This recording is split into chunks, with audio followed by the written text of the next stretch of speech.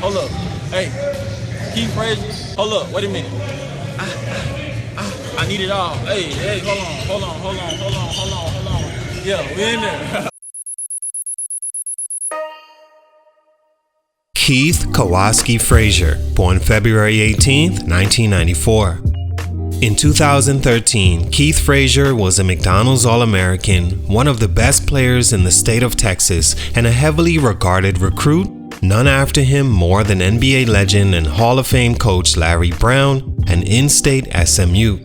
A program Coach Brown just arrived at a year earlier and in desperate need to save from the mediocrity they've been since their existence. First order of business, recruit a top in-state prospect and have him choose SMU. Then, on his back, change the fortunes of the program, at least notoriety-wise, and hopefully other top recruits from the well-oiled recruit churning machine the state of Texas is, chooses to follow the footsteps of a seemingly can't-miss prospect heading to a small school he should have the freedom to dominate at will. With a coach at the helm like Larry Brown, sounds like a great plan. Keith changed our program, Coach Brown said after landing the prize 6'5" sharpshooter. Little he knew, success and greatness would be far from what Keith Frazier would bring. Shame and embarrassment are better fitting words, and the amount of people involved that had their careers derailed could be summed up as the word travesty. A few more words: academic fraud, unethical conduct, lack of coach control, sanctions, ineligibility, and corruption.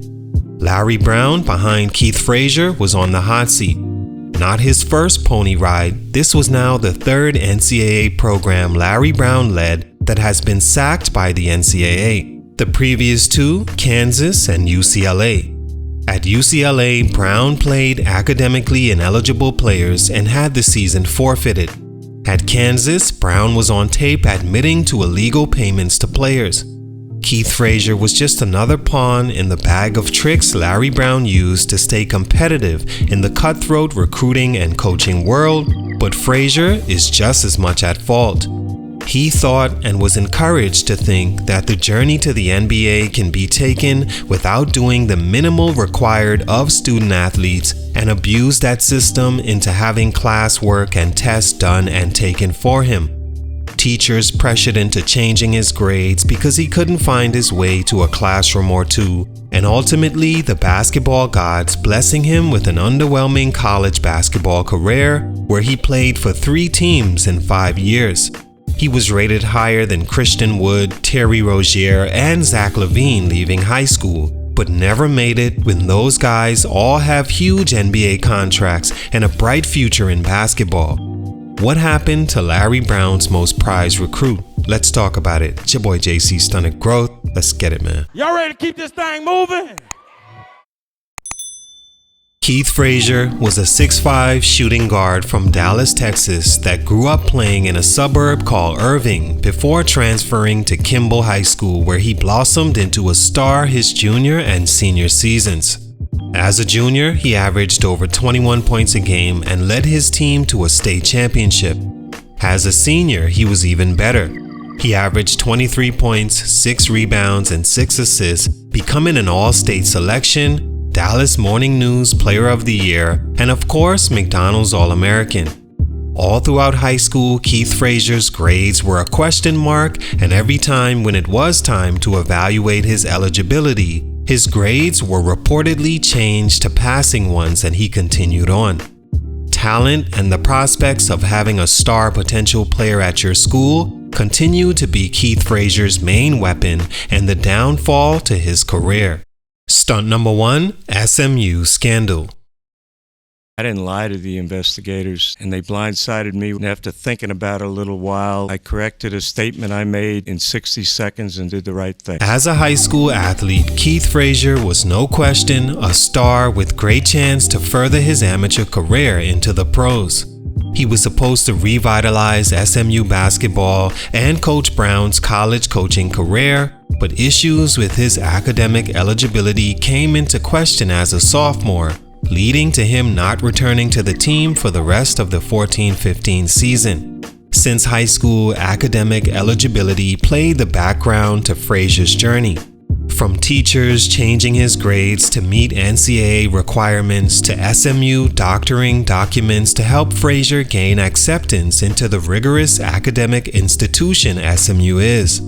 In January 2015, the NCAA launched an investigation into Frazier and SMU and found that he received enrollment under false pretenses leaving high school and received credit for online coursework completed by an SMU administrative assistant. After he lost his appeal, the team announced he wouldn't return for the rest of the season.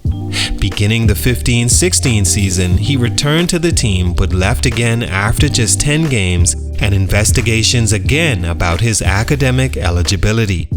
Coach Brown called a team meeting which Frazier reportedly walked out of in tears, telling Coach Brown to just tell the truth why he wasn't playing. He eventually left the team, and SMU received a heavy ban for the 2016 postseason by the NCAA, along with Coach Brown being suspended for 30% of the team's games after they found he was complicit or at least unable to promote an atmosphere of compliance with NCAA rules.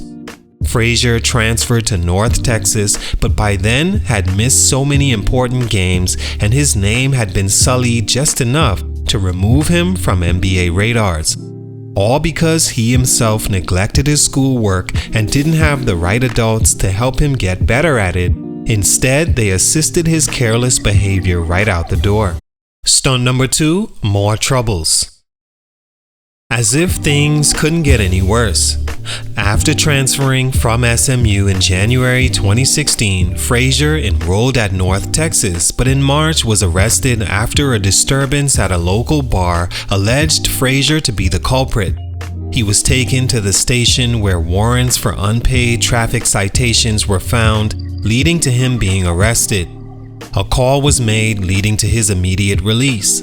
Details of that incident don't matter much, no more than another headline of trouble for Keith Frazier, and that's all needed to be seen to deter scouts and GMs away from a prospect.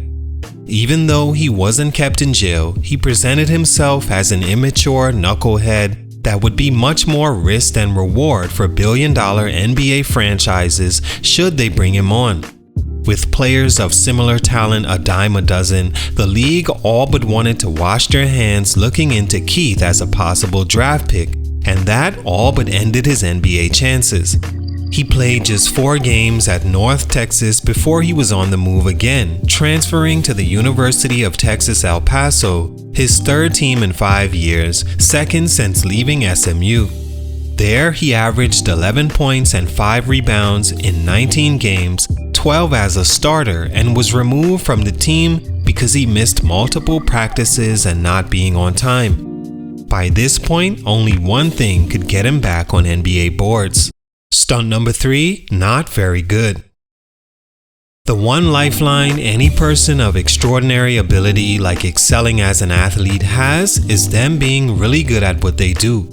This opens doors that once seemed closed, like it did for Frazier as a poor high school student accepted into one of the finest academic schools in the country, or him reportedly missing class more than attending them, but still receiving eligibility year after year at SMU. In high school, he was an All-American. Surely something can be worked out where he ends up on the floor at tip-off, right? Whatever the rules, the talented are made to break them, or at least bend them into position. But when it comes to scouting a player anonymously, seeing if you should give him $1 million contract or not, only thing that matters is can he help our team on the floor. Keith Frazier couldn't. He wasn't good enough to. At a small school like SMU, he was supposed to be a star out the gate. Instead, he averaged 5 points a game as a freshman and didn't start 1 game. In his best college season, he averaged 11.9 points and pretty much did nothing else. Oh yeah, and only played in 10 games that season.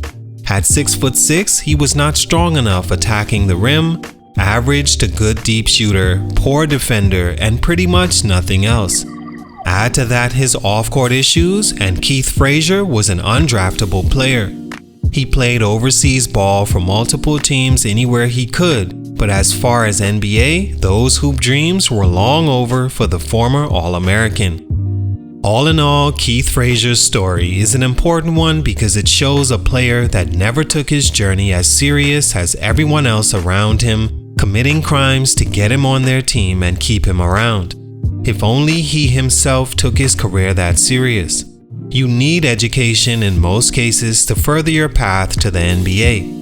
If so happens you're that good at the right time and can skip college, that's great. But if you're like Keith Frazier and most, it's worth it for a few years to focus in class just as much as in-game, and you won't end up selling your dreams for a future and a past of disappointment. Keith Frazier had it all and lost it just like that. Much respect, but for these reasons, his growth was stunted. It's your boy JC Stunted Growth, and I'm out. I did not lie. Did I instruct anybody to take a course for Keith Frazier? Absolutely not.